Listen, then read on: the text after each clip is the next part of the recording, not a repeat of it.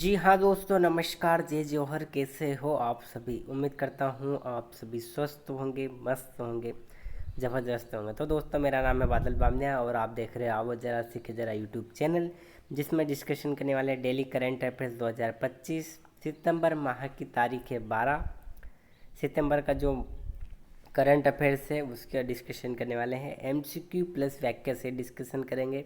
दोस्तों, अगर आप भी चाहते हो कि इस वीडियो के पीडीएफ अगर हमें मिले एंड डाउनलोड करके मल्टीपल टाइम तक रिवाइज करें तो दोस्तों, डिस्क्रिप्शन में हम हमारे व्हाट्सएप ग्रुप की लिंक दे दी जाएगी। उसको ज्वाइन करके आप इसे कुछ ही समय बाद डाउनलोड करके आप मल्टीपल टाइम रिवाइज भी कर सकते हो। चाहे तो आप इंपॉर्टेंट नोट्स भी बना सकते हो। तो दोस्तों, चलो शुरू करते हैं। प्रश्न क्रमांक 1 ये रहा आपके सामने। सीपी राधाकृष्णन कितने वोटों से उपराष्ट्रपति के रूप में निर्वाचित हुए हैं? तो बता दोस्तों, ऑप्शन है 452 वोटों से, ऑप्शन बी 300 वोटों से, ऑप्शन सी 500 वोटों से, ऑप्शन डी 150 वोटों से। तो बता दोस्तों, इसका राइट आंसर क्या हो जाएगा? फटाफट से बताओ।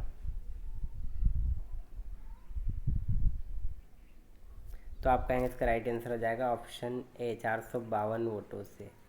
ठीक है, बात करते हैं व्याख्या की। तो व्याख्या हम देखेंगे तो डेली करंट अफेयर्स रिपोर्ट के अनुसार सीपी राधाकृष्णन ने उपराष्ट्रपति पद के निर्वाचन में 452 वोटों प्राप्त किए थे, जबकि विरोधी उम्मीदवार बी सुदर्शन रेड्डी को 300 वोट मिले हैं। यानी जो उपराष्ट्रपति का चुनाव हुआ है उसमें जो हमारे जो उपराष्ट्रपति बने हैं राधाकृष्णन जी, जिनको 452 वोट मिले हैं, प्लस जो विपक्ष में जो थे सुदर्शन रेड्डी, उनको 300 वोट मिले। ठीक है, प्रश्न क्रमांक दो रहा ये आपके सामने। प्रश्न क्रमांक 2 आपसे पूछ रहा है कि अगस्त 2025 में भारत की खुदरा मुद्रास्फीति कितनी थी? ऑप्शन लगभग 1.5%, ऑप्शन बी लगभग 2.07%, ऑप्शन सी लगभग 3.0%, लगभग 4.5%। तो बता दोस्तों, इसका राइट आंसर क्या हो जाएगा?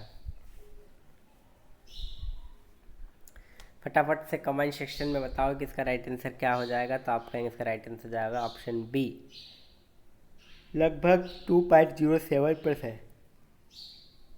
ठीक है, इसकी व्याख्या देखेंगे, व्याख्या भी देखेंगे। व्याख्या में क्या बताया गया? व्याख्या की बात की जा रही है तो व्याख्या में बताया गया है कि रॉयटर्स की रिपोर्ट में कहा गया है कि खुदरा मुद्रास्फीति अगस्त में 2.07% आ गई, जो जुलाई में 1.61% था। यानी जुलाई में जो इसकी दर थी तो वो कितनी थी? 1.61%।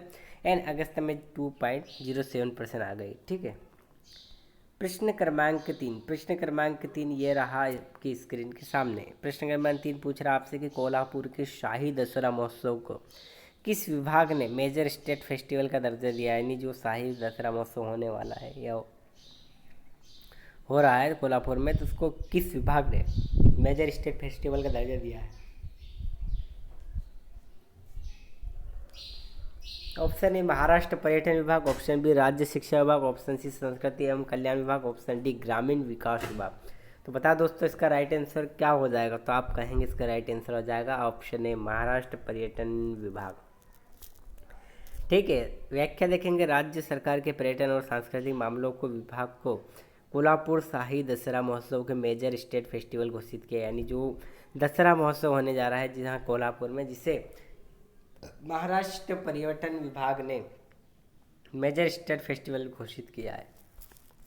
नेक्स्ट प्रश्न क्रमांक 4 आपसे पूछा है कि दिल्ली सरकार द्वारा 3,000 करोड़ विकास पैकेज कब लॉन्च किया जाना है? 12 सितंबर को पीएम मोदी के जन्मदिन पर, 25 दिसंबर को या 1 जनवरी को? तो बताओ दोस्तों, इसका राइट आंसर क्या हो जाएगा?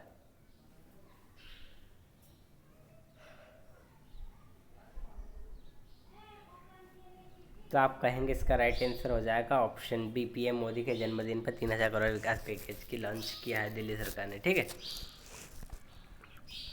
व्याख्या देखेंगे तो यह व्याख्या बता रही है कि यह पैकेज प्रधानमंत्री नरेंद्र मोदी के जन्मदिन के अवसर पर लॉन्च होगा और सेवा पखवाड़ा के हिस्से के रूप में होगा। ठीक है, नेक्स्ट प्रश्न क्या पूछ रहा है? नेक्स्ट प्रश्न क्रमांक 5 आपसे पूछ रहा है कि विकास परियोजना और 3 नई एक्सप्रेस ट्रेन किस दिन समय सीमा में उद्घाटन यानी फ्लैग ऑफ होगी? ऑप्शन है 12 से 14 सितंबर, ऑप्शन बी 13 से 15 सितंबर, ऑप्शन सी 20 से 22 सितंबर, ऑप्शन डी 1 से 3 अक्टूबर। तो बता दोस्तों, इसका राइट आंसर क्या हो जाएगा? तो आप कहेंगे इसका राइट आंसर जाएगा 13 से 15 सितंबर, ऑप्शन बी राइट आंसर। व्याख्या देखेंगे तो प्रधानमंत्री का दौरा 13 से 15 सितंबर को तय है, जिसमें यह परियोजना उद्घाटित होगी और 3 एक्सप्रेस ट्रेन रवाना होगी। ठीक है। प्रश्न क्रमांक 6 आपसे पूछ रहा है कि मुद्रास्फीति के इस स्तर पर 2.07% से आरबीआई की आगे की नीतियों पर क्या असर हो सकता है, बताओ दोस्तों। ऑप्शन ए ब्याज दरों में भारी वृद्धि, ऑप्शन बी दरों में कटौती की संभावना, ऑप्शन सी मुद्रा आपूर्ति बंद करना, ऑप्शन डी आरक्षित प्रभाव बढ़ाना। तो बता दोस्तों इसका राइट आंसर क्या हो जाएगा, तो आप कहेंगे इसका राइट आंसर हो जाएगा ऑप्शन बी दरों में कटौती की संभावना। प्रश्न क्रमांक इसकी व्याख्या देखते हैं। देखिए, मुद्रास्फीति में वृद्धि अपेक्षाकृत नियंत्रित होने पर आर्थिक विश्लेषक मानते हैं कि आरबीआई आगे ब्याज दरों में कटौती कर सकते हैं यदि आर्थिक वृद्धि कमजोर बनी रही तो। कौन दरों में कटौती कर सकता? आरबीआई। ठीक है।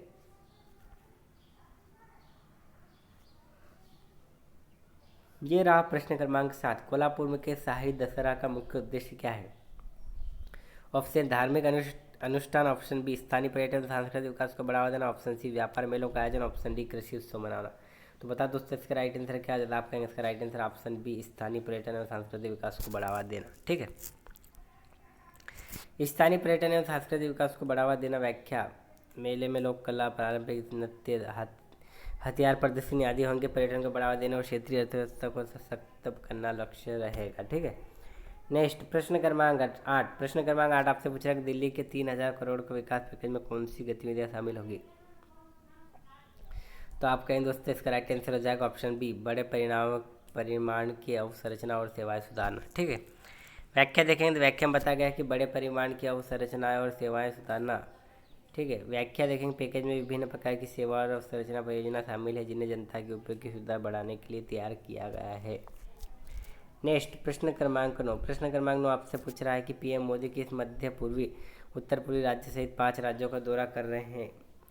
पंजाब, हरियाणा, राजस्थान, गुजरात, महाराष्ट्र। ऑप्शन है option B Mizoram, Manipur, Assam, West Bengal, Bihar, option C Tamil Nadu, Kerala, Andhra Pradesh, Karnataka, Odisha और option D UP, MP, Rajasthan, Bihar, Jharkhand. बता दोस्तों इसका राइट आंसर क्या है, आपके राइट आंसर है option B Mizoram, Manipur, Assam, West Bengal, Bihar. ठीक है। व्याख्या की बात करें, दौरा इन 5 राज्यों के लिए निर्धारित है जहां विकास परियोजना और ट्रेनों का फ्लैग ऑफ होगा। आज का अंतिम प्रश्न ये रहा दोस्तों इस आपके सामने। ठीक है। प्रश्न क्रमांक 10 आपसे पूछ रहा है कि स्वराज्य मुद्रास्फीति दर 2.07 होना किस प्रकार का आर्थिक संकेत है? ऑप्शन ए चिंताजनक और अनियंत्रित मुद्रास्फीति, ऑप्शन बी सुदृढ़ आर्थिक से अधिक संकेत, ऑप्शन सी वस्तु एवं सेवा कर जीएसटी की दरों में कमी के असर की संभावना, और ऑप्शन डी वित्तीय घाटा बढ़ने की चेतावनी। तो बता दोस्तों इसका राइट आंसर क्या हो जाएगा, तो आप कहेंगे इसका राइट आंसर ऑप्शन सी वस्तु एवं सेवा करों में जीएसटी की दरों में कमी के असर की संभावना। तो दोस्तों ये रही इसकी व्याख्या। मुद्रास्फीति में इस तरह की वृद्धि अक्सर निचले आधार प्रभाव के कारण होती है और यह संकेत देता है कि जीएसटी दरों में हाल की कटौती का असर उपभोक्ता मूल्य स्तर पर भी दिखने लगा है। ठीक है दोस्तों, वीडियो पसंद आए तो लाइक शेयर सब्सक्राइब जरूर करेगा। ठीक है, मिलते हैं नेक्स्ट वीडियो में।